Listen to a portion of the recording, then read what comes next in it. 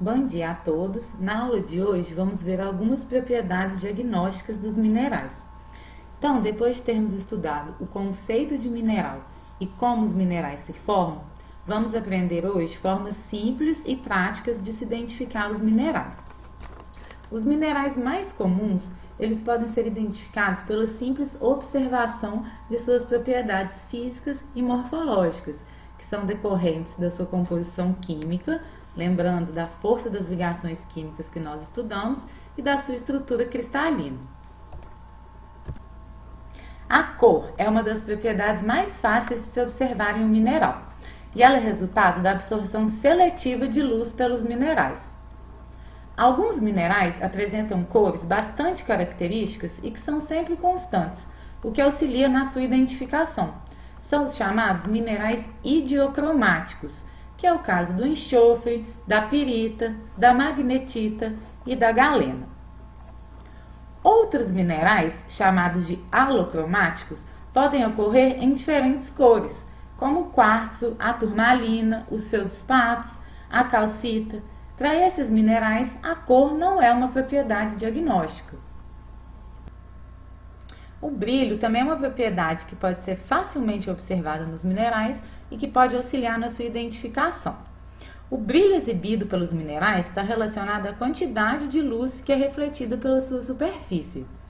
Aqueles minerais que refletem mais de 75% da luz incidente, eles exibem brilho metálico, que é o caso da maioria dos minerais opacos, como a pirita, a hematita e a galena.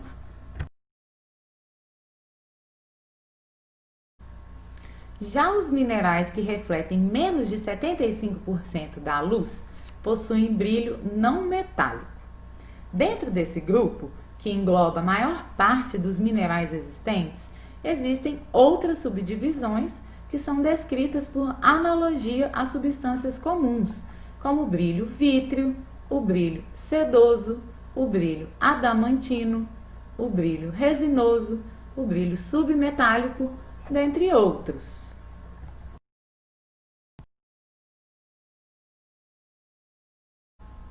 Uma outra forma de se reconhecer um mineral é pela cor do seu traço, que é o pó fino que ele deixa ao ser raspado em uma placa de porcelana.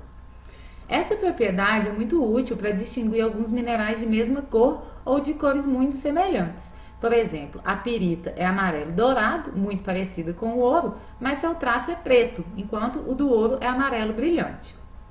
Essa propriedade também é muito útil para identificar minerais metálicos, como a magnetita, que tem o traço preto, e a hematita, que tem o traço avermelhado. A calcita deixa o traço branco.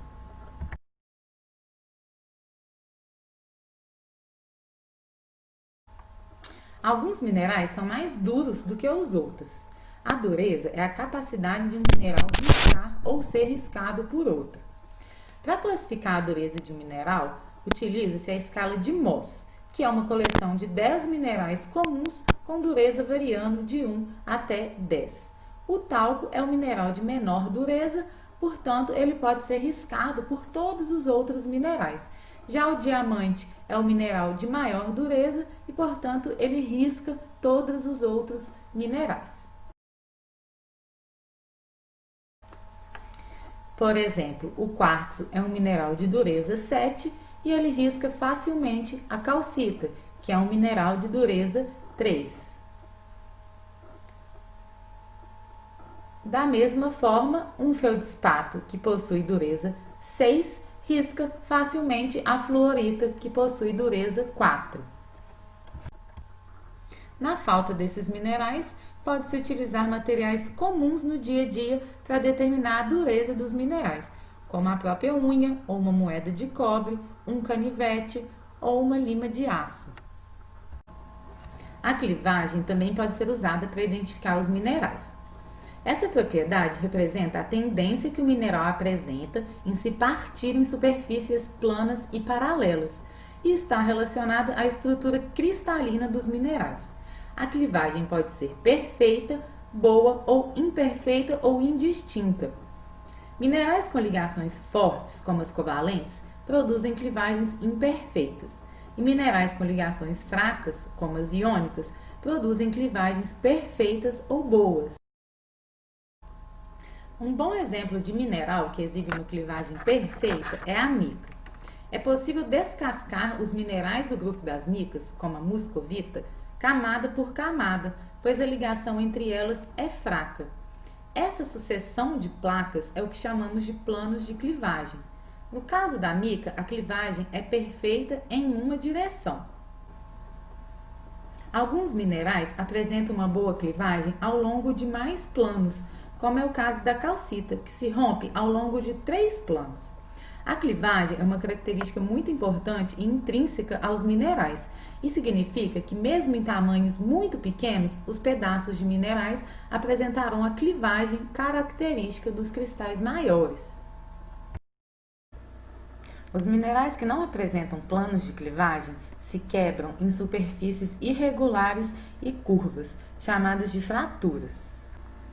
As superfícies de fraturas são controladas pela estrutura interna dos minerais e são 3 os principais tipos: irregular, conchoidal, que é o caso do mineral quartzo, que se quebra em superfícies lisas e curvas que lembram o interior de uma concha, ou fibrosas.